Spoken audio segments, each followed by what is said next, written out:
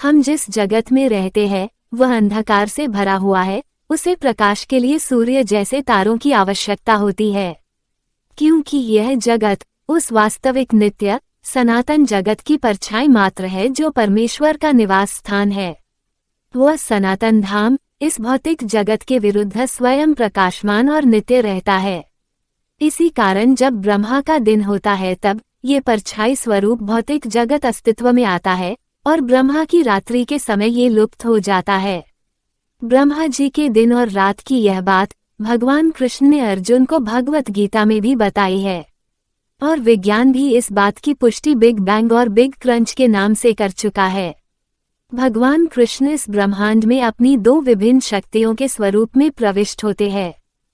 एक भौतिक शक्ति जिसे हम पृथ्वी, जल, अग्नि, वायु, आकाश इन पंच महाभूतों के रूप में देख सकते हैं तथा दूसरी आध्यात्मिक शक्ति जो मन, बुद्धि, अहंकार और आत्मा के रूप में है। आत्मा जब मन, बुद्धि और अहंकार को प्राप्त कर लेती है तो वह जीवात्मा का स्वरूप कहलाती है और यह जीवात्मा फिर पंच महाभूतों से युक्त शरीर प्राप्त कर लेती है तथा तीन गुणों जो सत, रज और तम कहलाते हैं उन्हें पाकर इस भौतिक प्रकृति का उपभोग करती है। भौतिक प्रकृति त्रिगुणात्मक है। इस जीवन में मनुष्य जो भी कर्म करता है उसके फलों को उसे ही स्वयं भोगना होता है, इसीलिए जीवात्मा को इन फलों को भोगने के लिए बार बार जन्म लेना पड़ता है और वो फिर से नए फलों में बंध जाता है। इसे वैज्ञानिकों के दृष्टिकोण से समझने के लिए हमें विज्ञान के उस तथ्य को समझना होगा जिसमें कहा है कि behind each and every action there is equal and opposite reaction और हर एक्शन यानी कर्म से भौतिक एनर्जी का रूपांतरण होता है और इस भौतिक रूपांतरण को प्रकृति अपने अंदर समा नहीं सकती। यहाँ विज्ञान का दूसरा नियम काम करता है जो कहता है कि energy cannot be created and cannot be destroyed, it only transforms from one form to another.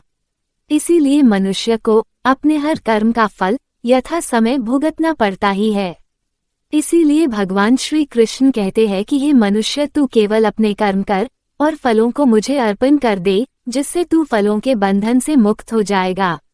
और एकमेव परमात्मा ही है जो हर शक्ति को अपने अंदर समा सकते हैं और मनुष्य की जीवात्मा इस प्रकार कर्मफल से मुक्त हो जाती है एवं इस प्रयास में धीरे धीरे उसका अहंकार नष्ट हो जाता है और बुद्धि और मन सिर्फ ईश्वर में होने से वह इस भौतिक जगत से मुक्त होकर उस सनातन नित्य धाम वैकुंठ को प्राप्त कर लेता है।